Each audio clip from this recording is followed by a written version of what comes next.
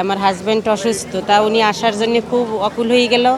তা আমি নিয়ে ওনাকে আসছি, যেভাবে হোক নিজেকে গর্বিত মনে করি ওনার মাজার দেখতে এসে।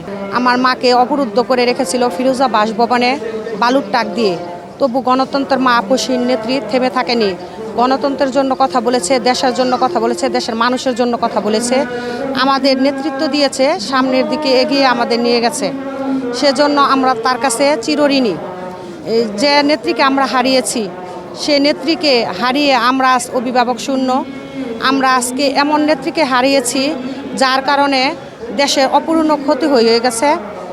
তবু সামনের দিকে আল্লাহ তাআলা যেন আমাদের ভারপ্রাপ্ত চেয়ারম্যান তারেক রহমানের নেতৃত্বে সামনের দিকে আমাদের সকলকে এগিয়ে নিয়ে যেতে পারে এবং সুখ বোলার তৌফিক আল্লাহ তাআলা আমাদের দান করে, সে প্রত্যাশা করি আমরা। আমার মা আমাদের জন্য যে ত্যাগ স্বীকার করেছে, এ ত্যাগ কখনো বোলার না। আমি আসছি জামালপুর থেকে। উনি মারা যাওয়ার খবর শোনার পর থেকে আমরা মর্মাহত, দুঃখিত এবং অন্তরে অনেক কষ্ট পাইছি। তারপরেও মানুষ মরণশীল, একদিন মরে যেতে হবে।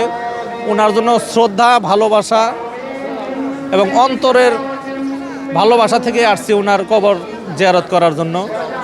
এখানে এসে ওনার জন্য দোয়া করছি, কবরে এসে দাঁড়ায় কোরআন তেলাওয়াত করছি এবং ওনার রুহের মাগফিরাত কামনা করছি। আল্লাহ যেন ওনাকে বেহেশত নসিব করেন এবং তার প্রতি সম্মান জানানোর জন্যই আসছে, অন্য কোনো কারণে না।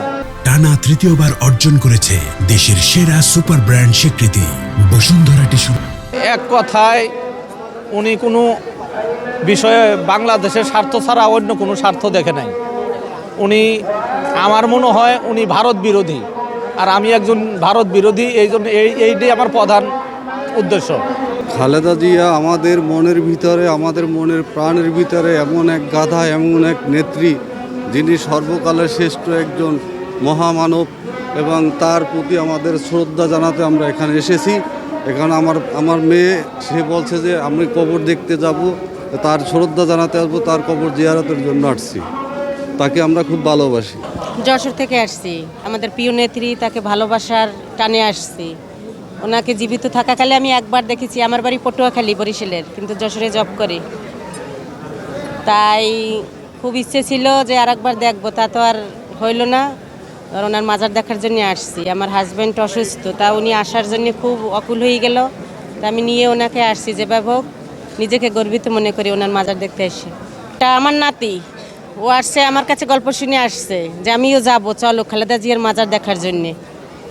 এজন্য নিয়ে আসলাম, ঠান্ডাটাও নিয়ে এসছি, যে একটু যেই দিন যায় সেদিন তো আর আসলে আসে না, এজন্য আসলাম। আসে তো দেখি খুব মানুষ, মানুষ আর মানুষ। এখন ওনাকে এত ভালোবাসে মৃত্যুর পরেও, এটা দেখেও খুব ভালো লাগছে। দোয়া করি উনি জান্নাতবাসী হোক, কারণ স্বৈরাচার শেখ হাসিনা উনি তো অনেক অত্যাচার করেছে ওনাকে, তা তো দেশবাসী সবাই জানে। এখন যেটা গেছে, এখন আমাদের ইচ্ছা যে ওনার ছেলে তারেক জিয়া, উনি যেন দেশের জন্য ভালো কিছু করে, ওনার মা বাবা সবার নাম রাখতে পারে।